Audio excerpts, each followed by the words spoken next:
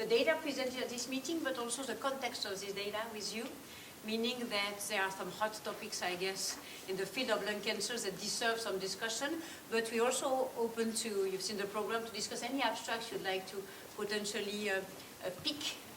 Any kind of field of lung cancer research is welcome, but we were thinking that there are probably some hot topics that we cannot, I would say, avoid, like immunotherapy, like targeted therapy, like EGFR, new drugs, but of course this was a kind of a subjective thought we had with our press committee. So maybe to start, you have maybe one of the topics which is extremely important for you and you'd like to start with in terms of questions, data from the meeting. Do you have any preference in terms of question and field of interest? If not, we will cover some of the topics to you. I think the sequence of the treatment is important because we have a lot of treatment, of different treatment. I think it's a really good point to start.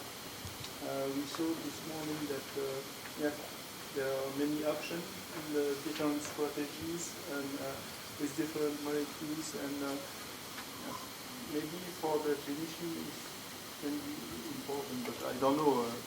We can start with.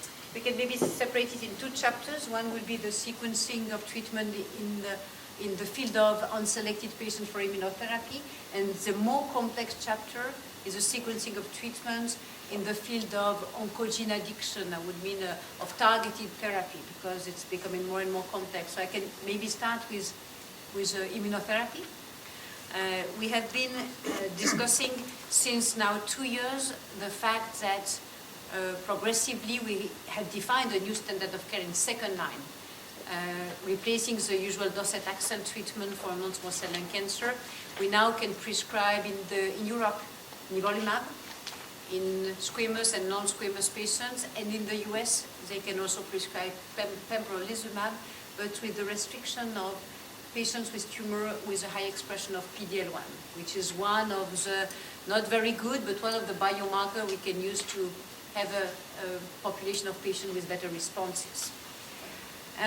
This has become a standard of care in NCCN guidelines and will be a standard of care in the new ESMO guidelines, which are in production. So clearly docetaxel is not a second-line treatment anymore, with the exception of patients with counterindications to immunotherapy. The main question about sequencing is for the patients and for the clinicians too, but for the patients first. Are we going to be able to completely push back chemotherapy in order not to give chemotherapy in front line, but maybe some series of immunotherapy and only chemotherapy later on? And there are nowadays around 15 trials, and we are randomizing more than 15,000 patients in trials comparing the chemo we usually give frontline, we call them platinum-based chemotherapy, with any kind of immunotherapy as the experimental arm. And the question is, can we do better, of course, in terms of survival, but can we one day even imagine that the patient would have a free ride, a free time without any chemotherapy for maybe 1 year, maybe 2 years? This would be the very extremely interesting questions. You remember that immunotherapy also has its importance to stress it, gives us the hope of long-term benefit.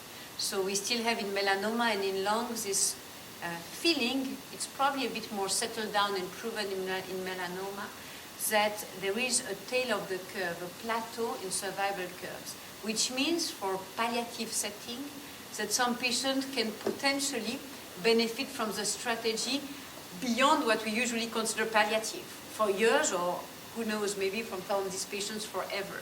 So this hope, I would say at least this feeling of a tail of a curve, really pushes us in trying to get access to immunotherapy, trying to have every patient receiving immunotherapy. So it's really a driver in the community for the research to be activated very rapidly.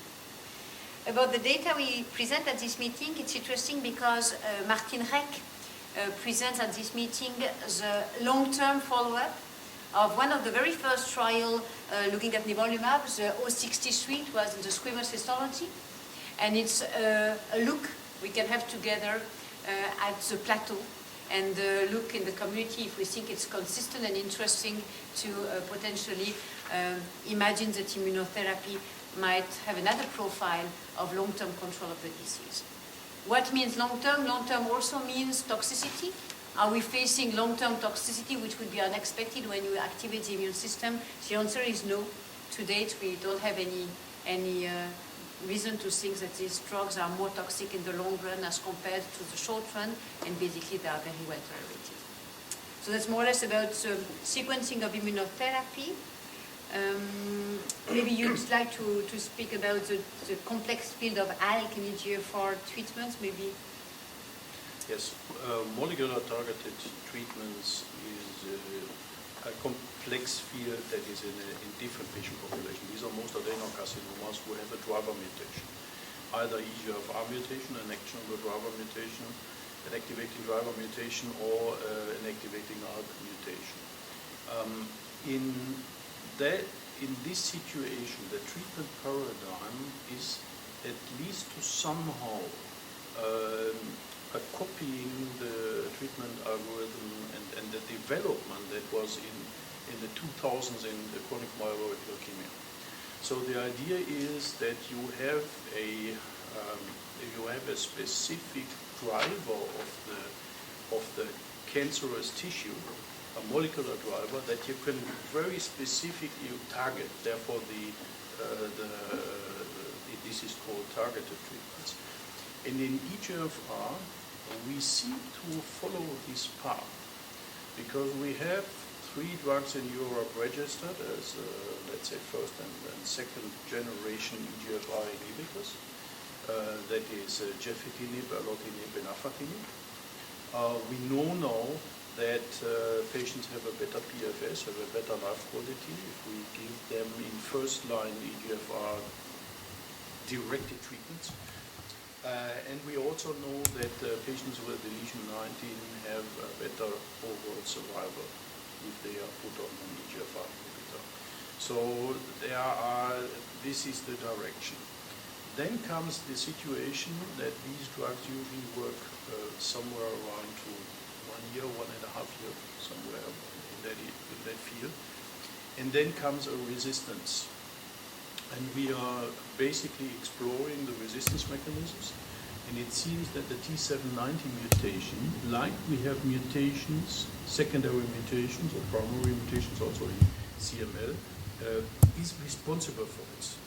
And that has at least directed research to look at new drugs specifically targeting these resistance mechanisms. And one of those drugs is osimertinib, and you see that there are several abstracts covering this issue here at the conference. And exactly, we have this drug already registered in Europe, so we can use it in patients. So we have the first patients now, besides those who were treated under a number of clinical studies before, that we can now give, once a T790M mutation has been shown, by one of the investigations, the diagnostic tools, then we can again treat them with a single oral drug for a specific time period. And this time period also is probably around between 1.5 years. So we are at least coming in the same situation that we start with an oral drug, and once there is resistance, we change the oral drug with another one, and we are pursuing this path, and maybe the next will be to look at other different resistance mechanisms in the secondary or in the third resistance. So this is an interesting field, but we have to admit that this is a small patient population. I mean, the patients with EGFR mutations are around 10% of the patients with non-small cell lung cancer, adenocarcinoma, and those with ALK alterations or ALK translocations are probably somewhere between 4 and 5%. It's a small group, but it's a selected group. What we have also to think about that these are usually young patients, or most of them are young, not all, but a number of them are young patients. Younger patients, they don't have a smoking history. We don't know what is the background of their cancer. We don't have issue about the etiology of this strange disease, but again, we do not have in CML as well. So it might be a genetic thing, we don't know. But it is, I think it's an important breakthrough to personalized treatment of solid tumors, and especially lung cancer has been one of the front runners, we can happily say. And the same situation will come up, we will see here for EGFR, with the osimertinib. And this, the second story is built around ALK. We have a first-line drug in ALK that is registered, and we already have a second-line drug after resistance in ALK. But that is not covered so widely here at the conference. But this is probably becoming, but it's also covered in some of the abstracts about brigatinib, that there are also third generation ALK inhibitors that are currently under evaluation in clinical study. So again, also in ALK alterations, there's probably the possibility in the future to give different drugs one after the other. So in those patients, I would underscore, here's the possibility to at least withhold the chemotherapy for a considerable time period. But I must say, also in this situation, and this I think also holds true for immunotherapy, we have to be careful, because most of the patients at some point of their history of their disease and in their life, they will get chemotherapy, or will have to get, because at some time point, this is a chronic disease, this is a chronic treatment, they need at some time point, because of resistance, chemotherapy. That is the best we know. So it would also be unfair to suggest or to get them the impression that they can get completely rid of chemotherapy. This is probably, let's say, 10 years plus. Maybe some immunotherapy developments, maybe some targeted agent developments. We can see the paradigm in CML. Most of the patients with CML don't get chemotherapy nowadays. So a lot of them only get all the drugs, which is a nice situation. So for specific patients, this will be probably a possibility for the future also. But to be fair, most of the patients still need at some time point chemotherapy once they have a metastatic disease. What is interesting, I find it what you say is how much these little steps with new drugs has completely changed the landscape of this small population of patients. With the American colleagues published the survival now of ALK patient, which is more than 4 years. Yes. So it's kind, we have triplicate, I would say, what we were expecting initially, with kind of treatment which are better tolerated than chemo. So we have improved the quality of life, but dramatically improved the duration of life. A little bit regardless also of the brain metastasis, because we have now also good drugs which treat brain metastasis. So it's a real step by step, but really an advance, I think, in treating this one. But you saw also this morning that fluid biopsy is also important when Yes. the recurrence of the... Yeah. So real biopsy, this is an important issue. Real biopsy is this gold standard, or the standard of care in these situations where you want to know, do I have a chance to treat the patient with a different drug, with a specific treatment mechanism that is against the resistance. So, and that is what we know in lung cancer. We have in lung cancer the situation that, first of all, we have patients with a lot of comorbidities. This is not a breast cancer where you can stick the needle into a metastasis very nicely. An important issue is brain metastasis. You cannot get biopsies of brain metastasis, either you do surgery on them. So this is an important issue and a remarkable number of patients.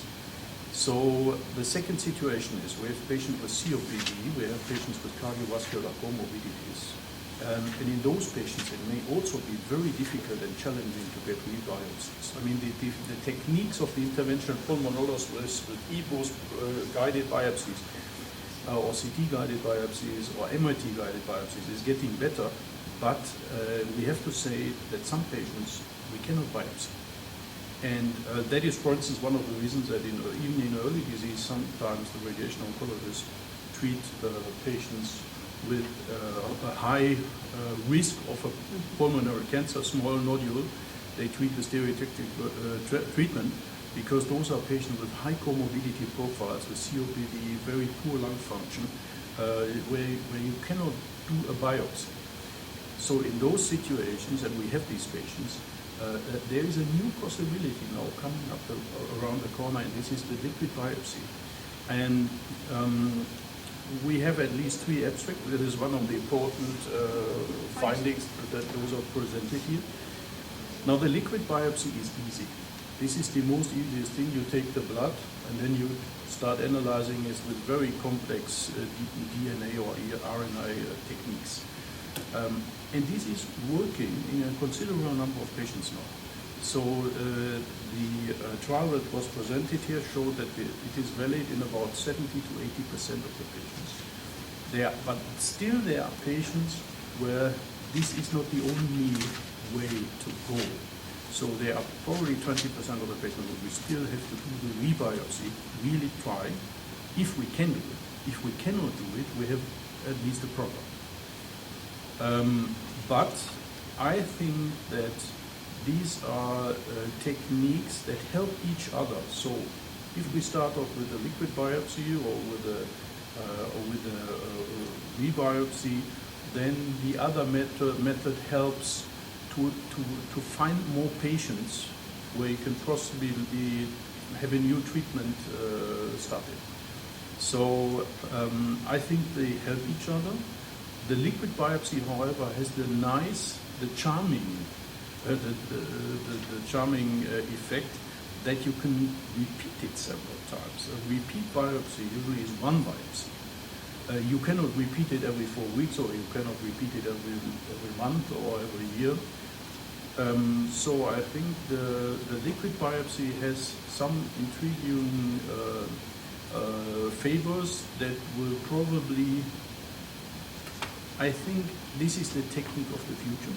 It will be developed, and I see somewhere around the corner or at the horizon that probably the validity will be around 90 to 95%, maybe in 3, 4, 5 years, I don't know. The techniques are developing so rapidly, and then we can talk that maybe at that time point, liquid biopsy is the standard. And in those patients who are negative in liquid biopsy, then we go in and try to do a repeat biopsy or even a repeat biopsy. But that is maybe for the future. Having more and more of these very active drugs for these small subpopulations gives rise to some questions that we have to address. Of course, the more drugs you have, the more biopsy you are supposed to do. So for ALK, for example, you have these cases presented where you have to change 4 times the drugs, and every step would require a new biopsy. So it's not only one rebiopsy, it's now multiple rebiopsies. So here's the techniques that potentially addresses this question. The other question is, once you have an extremely potent drug, like osimertinib, should you wait for resistance to introduce a drug? And this is, of course, being evaluated in clinical trials, but here I found the data which are presented by Hamalingam, showing the data of small number of patients, but when you treat frontline patients with this very potent drug, are you able really to have a better progression-free survival? And can you imagine that you will only give the best drug first, like we would like to do? I think it has to be prospectively assessed. It is the case now in a clinical trial, which is closed now but is under analysis. But the data presented by Hamalingam just shows that you can expect 20 months PFS. So it's twice what you would expect with an old drug. So probably there might be a point where the community will have to do a consensus about should you give the sequence because it's palliative, you try to gain time, or is it better for the patient, for the quality of life, and maybe for the survival, just to forget the old drugs and start with a very strong drug? And is this going to be a difficult decision? We have to know more about the resistance mechanism after the strong drug is given. But I think it's going to be the next very big debate in the community, how to sequence all these very fancy new drugs that we have. And very importantly at this meeting, I would say, once you have very good immunotherapy, very good EGFR inhibitors, the next step is to combine them. It makes sense. So you can potentially obtain a wonderful response, and like I said before, a long-lasting response. So you combine the first part of the curve with the second part of the curve, so it makes completely makes sense. However, and this will be discussed on Friday in the best abstract session, you cannot do anything in medicine, unfortunately. And when they were doing it in a clinical trial, of course it was an early phase clinical trial, they had to observe then when you bind a drug to the EGFR protein, all these new drugs are irreversible. So you bind them and the drugs stay there. And you give immunotherapy, more than 30% of the patients present with a very severe pneumonitis. So the trial was stopped. And then we have to analyze why. What is the mechanism of having this pneumonitis developing in patients receiving both drugs? So the limits are here imposed by the very unexpected toxicity sometimes when you use new modalities, one with the other one, kind of really new drugs. When you combine them, you just have new discovery field here of what's happening. And I like this data because it just tries the fact that we still have to learn quite a lot on immunotherapy, but also on these new drugs and their specificity. Talking about these two very important breakthroughs in lung cancer, immunotherapy on one hand, and molecular targeted treatment for a selected group of patients on the other, we have to keep in mind that these are totally different patient populations we are talking about. It turns out as far, and Solange has talked about the toxicity of a possible combination of drugs. But it also has turned out that these patients who have a benefit from immunotherapy are probably not those patients who have a remarkably benefit from molecular targeted agents. Because the tumors differ. Because we talk about that the adenocarcinomas who have these driver mutations mostly are in patients who have a low profile of smoking history. Those who have a significant benefit of immunotherapy, interestingly, are the heavy smokers or are smokers. So it turns out that the patient population who gets lung cancer is not one disease. We've learned that 10 years ago, or probably when we realized, well, first of all, we realized small cell lung cancer is different from non-small cell. Then we realized that squamous is different from non-squamous with some of the agents that were registered. Now, then we've learned that we have mutated patients and we have non-mutated patients, and now we realize that the patient itself and its tumor has a history, and the reason why the tumor appeared, the etiology, is important. So carcinogen induced cancers are probably different to genetically induced cancers. And we have to keep this in mind, and currently there is no single positive trial showing that a combination of immunotherapy and molecular targeted agents in a patient really has a benefit. So we have to be very careful that it may be another important research field in the future, that maybe some patients with molecular targeted agents may have a benefit, we don't know, but at least the first signal is negative. So, but there are completely different ways on how to treat these two groups. And I think it shows us that lung cancer is a very heterogeneous group of tumors. It's not one tumor. And lately we will define in the future even more molecular based the different patient groups. That is very reassuring, by the way, that for the first time we have in hands a new class of drug which looks like working in unselected non-small cell lung cancer patients. Because for these patients, it is really the group of patients for whom there had been so few progresses in the recent decades. Just chemotherapy, maybe some anti-angiogenic drug, but they still are exposed to frontline chemo. So now we just have kind of opportunities to address heavy smoker non-small cell lung cancer patients in a different way in the future. So I think it's very encouraging for us because it completely changes the paradigm there. Do you have any other questions you'd like to address in terms of general lung cancer treatment?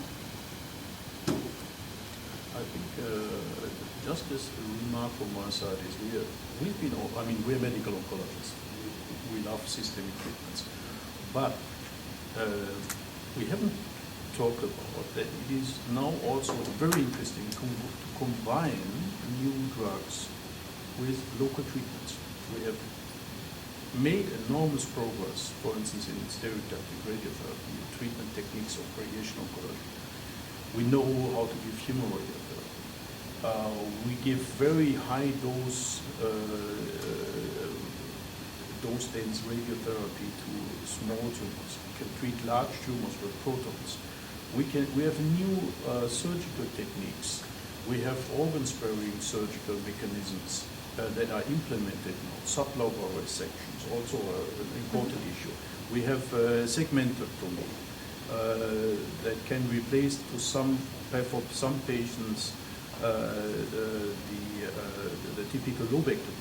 And there's another issue. Once you have a lung cancer, you're cured from your lung cancer by, let's say, surgery or chemoradiotherapy.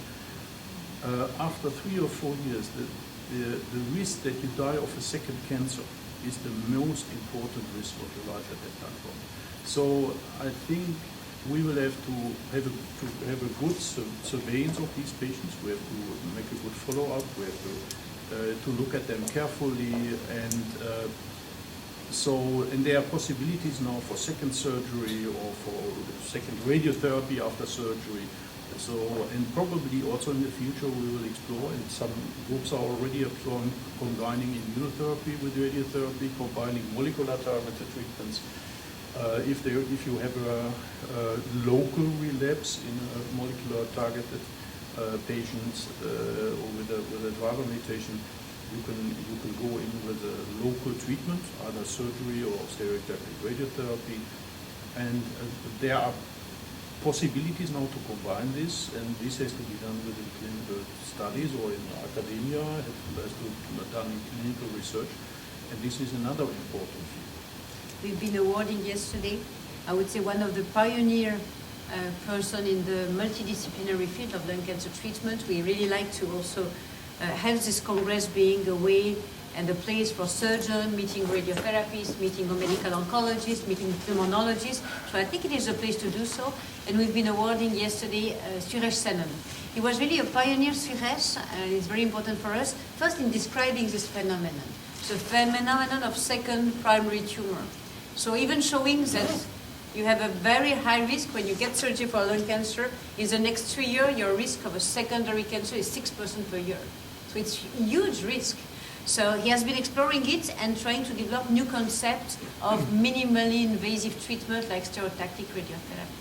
He has been, by this way, developing the whole field of stereotactic radiotherapy in the lung, trying to prove that it can, in selected patients, really in selected patients, replace surgery, expanding the options for curative treatment in these patients. So it has been of tremendous importance. It's, I would say, improving the prognostic in early disease in these patients, and continues to try to really evaluate the role of new modalities of radiotherapy in potentially even wider patient population, maybe potentially to avoid surgery in patients who are a bit limited to receive surgery.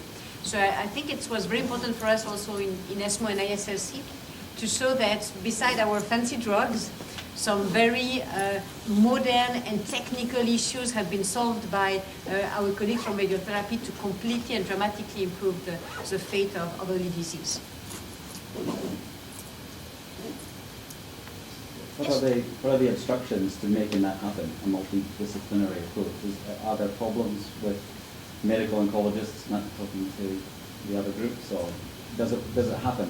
Well, I think less and less, I would say. I mean, more and more we are used to have meetings, international meetings, also having this desire to have a multidisciplinary panel of people collaborating. And we have been installing and implementing in our center the multidisciplinary tumor board.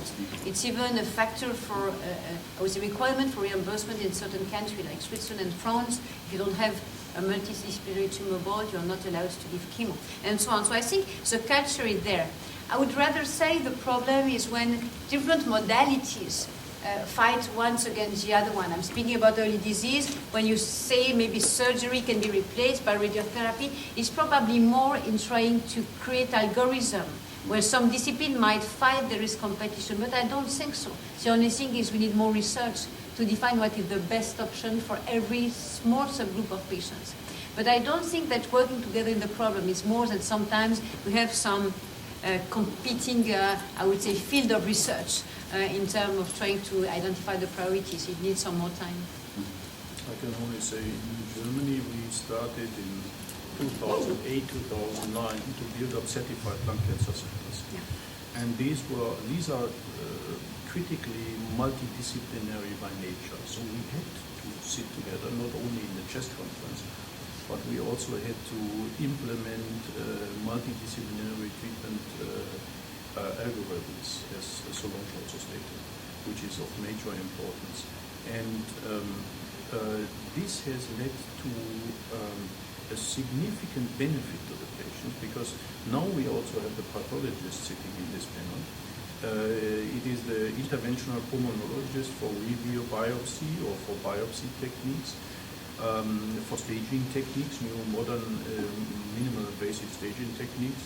It is the thoracic surgeon to also look at the possibilities of minimal invasive surgical techniques, as I stated, or it is the medical oncologist who comes in not only for adjuvant but also for neoadjuvant treatment, for induction therapy, and for second, third, etc., in molecular targeted treatment, or immunotherapy, or for clinical trials, which is an important issue. Clinical research is an important possibility to develop the treatment of the future. So even in our certified lung cancer centers, we do have the necessity to build in the clinical trial structure. We need to have clinical trials for the patients so that we can show that we take part of clinical research with our patient, that patient have access to clinical studies. I think this is an important step forward. In Germany, this has worked quite well, certification. I think this structure develops over the future. So even now we are sitting together and implementing testing, reflex testing of molecular alterations, reflex testing of immunological markers, etc., etc., etc. And this model is being followed in other countries now. Yes. France and in Switzerland we've been implementing. Yeah, Austria. It helps to have this collaboration. With this, I will have to leave you because I have to chair the next session that I really encourage you to attend. Is John Hannon, the pioneer of immunotherapy from Amsterdam, who will describe some basic immunotherapy. I think it's going to be very, very nice. And we are available if you have any other question. You can distribute the emails without any problem, or later on you can take an appointment. We'll be very happy to answer additional questions now or later, so you have some data at your preference. And thanks a lot for having a